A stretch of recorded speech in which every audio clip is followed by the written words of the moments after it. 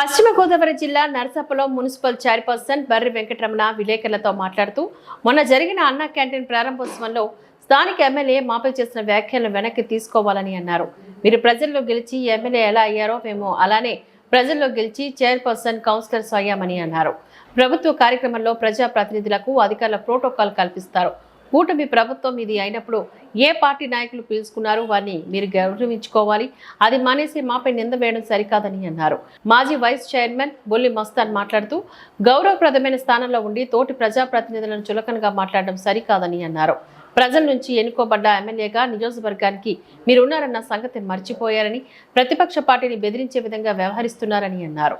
గతంలో ఈ రకంగా నియోజకవర్గంలో ఏ ఒక్క ఎమ్మెల్యే కూడా ప్రతిపక్షాన్ని తోలుతీస్తా ఇంట్లో కూర్చోబెడతా అని ఇటువంటి భాష ఏ ఎమ్మెల్యే కూడా వాడలేదని అన్నారు.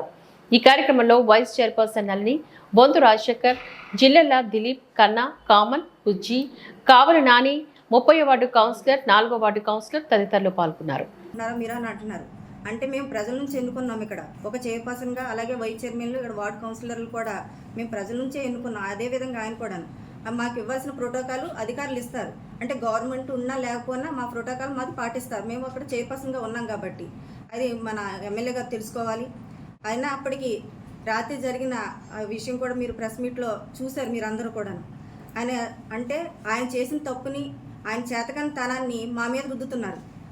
మొత్తం అక్కడ ప్రోటోకాల్ చూసుకోవాల్సిన బాధ్యత వాళ్ళది. అంటే ఒక ఇన్ఛార్జికి ఎవరు అధికారులు ప్రోటోకాల్ ప్రకారం వేయరు, కానీ అది చూసుకోవాల్సిన బాధ్యత ఎమ్మెల్యే గారిది.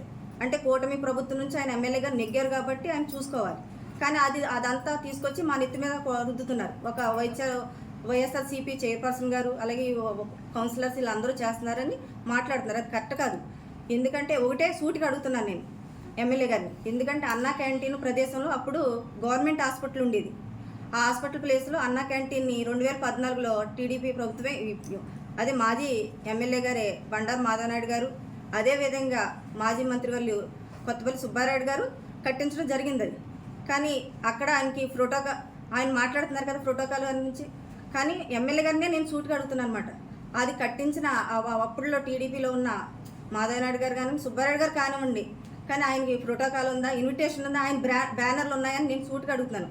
అదేవిధంగా జనసేన పార్టీని నడిపించిన ముందు నుంచి ఉన్న చాగంటి చిన్న గారికి కానీ ఆయన కూడా ఇన్విటేషన్ ఉందా, ప్రోటోకాల్ ప్రకారం బ్యానర్లు వేయించారని కూడా నేను అడుగుతున్నాను. అదేవిధంగా మన టీడీపీ ఇన్ఛార్జ్ అయిన పొత్తూరు రామరాజు గారు కూడా అక్కడ ఇన్విటేషన్ ఉందా, లేకపోతే ఆయన బ్యానర్ కట్టించారా అని నేను సూటుగా అడుగుతున్నాను. అంటే ఎందుకంటే ఆయన మొత్తం అంతా మా మీద రుద్దుతున్నారు, కానీ చూసుకోవాల్సిందంతా ఆయన ఎమ్మెల్యేగా ఉన్నారు కాబట్టి. కానీ ఆయన ఏమీ చూసుకోకుండా ఆ తప్పులన్నీ మా మీద రుద్దడానికి ప్రయత్నించారు. అదేవిధంగా మీరు రాత్రి చూశారు ఆయన ప్రెస్ మీట్లో మాట్లాడితే ఒళ్ళు దగ్గరెట్టుకోండి అంటున్నాడు. అది పదం ఏదో ఊత పదం కింద వాడేస్తున్నాడు ఆయన. అది కరెక్ట్ కాదు. అదేవిధంగా నేను మాట్లాడుతున్నానండి. ఎందుకంటే అక్కడ మొత్తం గవర్నమెంట్ వాళ్ళదే, అయినా చూసుకోవాల్సిన బాధ్యత కూడా వాళ్ళదే. ప్రభుత్వానికి సంబంధించింది. ఆ ప్రభుత్వానికి సంబంధించిన దాంట్లో గౌరవ చైర్పర్సన్ని, వైస్ చైర్మన్ని, అలాగే ఆ వార్డు నెంబర్ కౌన్సిలర్ ఎవరుంటే వాళ్ళు పిలవడం జరుగుతుంది. అట్లా బ్యానర్లు ఆ కౌన్సిలర్ గారికి, ఆ చైర్మన్ గారికి, లేదా వైస్ చైర్మన్కి, ఇతర అభిమానులకి ఎవరికైనా ఇన్విటేషన్ వచ్చినప్పుడు మాకు కూడా వచ్చింది. వీళ్ళందరికీ కలిసిన ఎవరైనా అభిమానులు ఉంటే వాళ్ళు కట్టుకుంటారు సొంతంగా. ఎవరిష్టం వాళ్ళది. ప్రజాస్వామ్యం ఇది. ఈ ప్రజాస్వామ్యంలో వద్దనడానికి ఎవరికి హక్కు లేదు.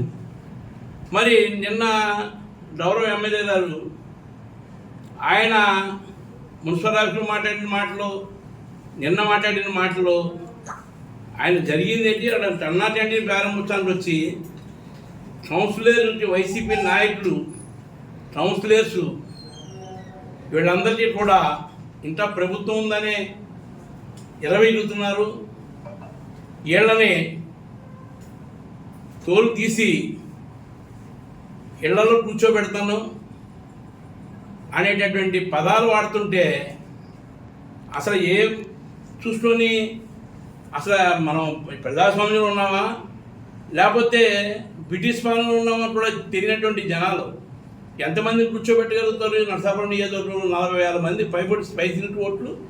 ఈ నరసాపురంలో పోటీ చేసినటువంటి ముదురు ప్రసాదానికి పడ్డాయి ఓట్లు 40,000 చిల్లరే. ఈ 40,000 చిల్లరని ఇంట్లో కూర్చోబెట్టి పోసింతాడా ఈ నాన్న ఎమ్మెల్యేలు? మేము ఒకటే చెప్తున్నాం, మీరు మాట్లాడేటప్పుడు రాజకీయంగా మాట్లాడండి. ప్రజలకి ఏం కావాలో, ప్రజలకి మీరు వాగ్దానాలు ఏం చేసి మీరు జనాలకు ఓట్లు ఎంచుకున్నారు, ఆ ఓట్లు ఎంచుకున్న జనాలు మిమ్మల్ని గెలిపించారు కాబట్టి వాళ్ళకి ఏం కావాలో అవి చెయ్యండి. ముందు జరిగిన ఈ కాస్తున్న సభ్య సమాజం సిగ్గుపడేలా ఉంటుంది. అంటే ఎందుకు వింటున్నానంటే నేను ఇది నా వార్డులోనే, ఇది 3వ వార్డులోనే జరిగింది అన్నా వెంటనే. కానీ ఒక ఎమ్మెల్యే గారు ఎంత కొత్తగా నగ్గారు, వారు పనితీరు తీసుకోవాలి తప్ప మీ తోలు తీసేస్తాను, నేను ఇంట్లో నుంచి బయటికి రాను అంటే చెప్పేస్తాను కూడా. నిన్న మాట్లాడే మాటలు చూశారు కదా అక్కడ, ఆ ఫ్లెక్సీలు చెప్పారు అంటే మేమే ఫ్లెక్సీలు ఫోటోగ్రాఫ్ ప్రకారం ఫ్లెక్సీలు వేసారు తప్ప వాళ్ళ గుట్టు చచ్చిపోయి మా మంది పడతాయి, మేమేం చేయగలుగుతాం? ఇప్పుడు నా ఫ్లెక్సీ వేయలేదు, నా ఫ్లెక్సీ వేయలేదు అంటే ఇప్పుడు చెప్పేస్తుందిగా ప్రజా పౌరాలుగా ఆ ఫ్లెక్సీ వేస్తారండి, నెక్స్ట్ వైస్ చైర్మన్గా వేస్తారు, నెక్స్ట్ ఆ వార్డు కౌన్సిలర్గా మా బ్యానర్ కడతారు, సహజం అది. మాడితే ఇది 3వసారి ఎప్పుడే ఇది మన కౌన్సిల్ మీటింగ్ వచ్చినప్పుడు కూడా మీ తోలు తీయేస్తాను, జాతకం ఉండండి, ఖబర్దారంటే మా తోలు తీయటం ఎవడవా? ఏంటిది మాటలు ఏంటిది? కొత్తగా నీకు ఎమ్మెల్యేగా ప్రజలు అవకాశం ఇచ్చారు, ఆ అవకాశాన్ని మీరు నిలబెట్టుకోండి. మీ పరిధి సక్రంగా లేకపోతే అక్కడ మీ పవన్ కళ్యాణ్ నీకు తోలు తీస్తాడు అక్కడ. అది గుర్తుంచుకోవాలి. పబ్లిక్లో రకరకాల వాయిస్ పడుతున్నాయి. అప్పుడే ఈ ప్రభుత్వం వచ్చి 3 నెలలు అవ్వలేదు, అప్పుడే 4వ నెల కోసం. దగ్గర పద్ధతి ఉంటుంది, అర్థమైందా? ప్రజల్లో మన్నాలు పొందండి, అభిమానం సంపాదించుకోండి, అంతే తప్ప మాడితే వైసీపీ వాళ్ళు అంటే ఏం చేసావు? ఇప్పుడు మా ఎమ్మెల్యే గారు ఉన్నాడు, 5 సంవత్సరాలు చక్కగా పరిపాలించాడు. ఎవరిని కూడా ప్రతిపక్షం టీడీపీ ఉన్నా జనసేన ఎవరిని కూడా కించెన్న మాట కూడా ఆయన ఎప్పుడు తోలలేదు. కార్యకర్తల్ని ఆపలేరా? చెప్పడానికి ఆయన సరిపోరా? ఆయన ఒక ఉన్నతమైన స్థానంలో ఉన్న వ్యక్తి, ఆపాలి తప్ప ఇంకా గొడవలు పెంచకూడదు కదా. మేమెవరూ దొడ్డిదారిన నెగ్గి రాలేదు, ప్రజల ద్వారా ఎన్నుకోబడి న్యాయంగాబద్ధంగా ఎన్నుకోబడి ఆయన ఎలా అయితే ప్రజలతో ఎన్నుకోబడి ఎలా వచ్చారో అదేవిధంగా మేము కూడా ప్రజాప్రతినిధులుగా ఎన్నుకోబడి ఇక్కడ ఉన్నాం. కాబట్టి ఆయనకి ఎంత ప్రోటోకాల్ ఉంటుందో మా హోదాకు తగ్గట్టు మాకు కూడా